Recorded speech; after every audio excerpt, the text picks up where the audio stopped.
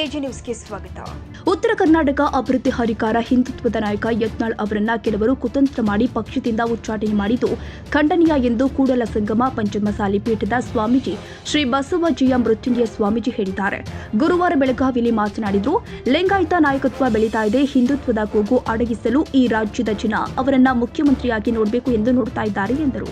ಹಿಂದುತ್ವದ ಬಗ್ಗೆ ಪ್ರಬಲವಾಗಿ ಮಾತನಾಡುವಂತಹ ನಾಯಕರು, ಲಿಂಗಾಯತ ಸಮುದಾಯಗಳನ್ನು ಒಗ್ಗೂಡಿಸುವಂತಹ ಏಕೀಕರಣದ ಬಹಳ ದೊಡ್ಡ ಶಕ್ತಿಯಾಗಿರ್ತಕ್ಕಂಥ ಬಸವ ಪಾಟೀಲ್ ಯತ್ನಾಳ್ ಅವರನ್ನು ಇವತ್ತು ಕೆಲವರು ಕುತಂತ್ರ ಮಾಡಿ ಅವರನ್ನು ಅವ್ರ ಪಕ್ಷದ ವತಿಯಿಂದ ಉಚ್ಚಾಟನೆ ಮಾಡತಕ್ಕಂಥ ಕ್ರಮ ನಿಜವಾಗ್ಲೂ ಖಂಡನೀಯವಾಗಿರ್ತಕ್ಕಂಥದ್ದು. ಉದ್ದೇಶ ಏನಪ್ಪ ಅಂತಂದರೆ, ಅಧಿವೇಶನದಲ್ಲಿ ಯಾವಾಗಲೂ ಉತ್ತರ ಕನ್ನಡ ಪರವಾಗಿ ಮಾತಾಡ್ತಾ ಇದ್ರು, ಪಂಚಮಸಾಲಿ ಮೀಸಲಾತಿ ಮತ್ತು ಉಳಿದ ಸಮುದಾಯಗಳ ಮೀಸಲಾತಿ ಬಗ್ಗೆ ಮಾತಾಡ್ತಾ ಇದ್ರು. ಲಿಂಗಾಯತ ನಾಯಕತ್ವ ಇವತ್ತು ಎಲ್ಲೇ ಒಂದು ಕಡೆ ಬೆಳೀತಿದೆ ಅನ್ನುವಂಥ ಒಂದು ಕಾರಣ ಮತ್ತು ಹಿಂದುತ್ವದ ಕೂಗನ್ನು ಅಡಗಿಸ್ಬೇಕನ್ನುವಂಥ ಕಾರಣ, ಈ 4 ಕಾರಣ ಇಟ್ಕೊಂಡು ಇಷ್ಟು ಗಟ್ಟಿಯಾಗಿ ಮಾತಾಡುವಂಥವ್ರು ಬಸವನಗೌಡರು. ಈ ರಾಜ್ಯ ಜನತೆ ಅವರನ್ನು ಮುಖ್ಯಮಂತ್ರಿಯಾಗಿ ನೋಡಬೇಕು, ರಾಜ್ಯ ಅಧ್ಯಕ್ಷರಾಗಿ ನೋಡಬೇಕು ಅಂತ ಬಹಳ ದಿನಗಳಿಂದ ಕಾಯ್ತಾ ಇದ್ರು.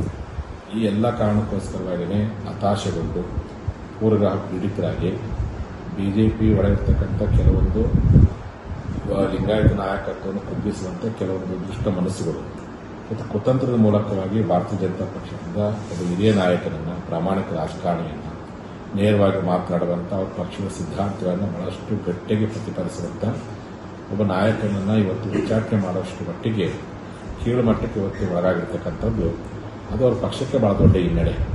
ಇದರಿಂದ ಕರ್ನಾಟಕದ ನಾಯಕತ್ವವನ್ನು ಕುಗ್ಗಿಸುವಂಥ ಷಡ್ಯಂತ್ರ ಏನಿದೆ ಮತ್ತು ಕನ್ನಡಿಗರ ಮೆಚ್ಚಿನ ನಿಮ್ಮ ಎಜೆ 24/7 ನ್ಯೂಸ್ ಕನ್ನಡ ವಾಹಿನಿ ಇದೀಗ ಟಿವಿಯಲ್ಲಿ ಲಭ್ಯ. ಒಂದು ವೇಳೆ ನೋಟಿಸ್ ಕೊಟ್ಟಿದ್ರೆ ವಾಪಸ್ ತಗೋತೀವಿ. ಇವತ್ತು ವಕ್ಫ್ ಪ್ರಾಪರ್ಟಿ ಅಂತೇಳಿ ಬರ್ತದೆ ಅಂತ ಹೇಳಿದ್ರೆ ರೈತರು ಬೀದಿಗೆ ಬಂದ್ರೆ ಏನ್ ಮಾಡ್ಬೇಕಾಗತ್ತೆ? ಯಾರು ವೋಟ್ ಹಾಕಲಿಲ್ಲ ಅಂದ್ರೆ ಗ್ಯಾರಂಟಿನೆಲ್ಲ ಸ್ಟಾಪ್ ಮಾಡ್ಬಿಡ್ತೀವಿ.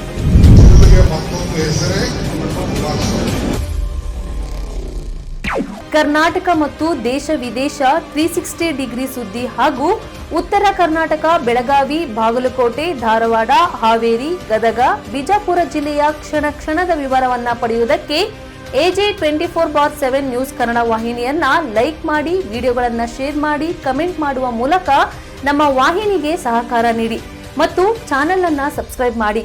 ಧನ್ಯವಾದಗಳು.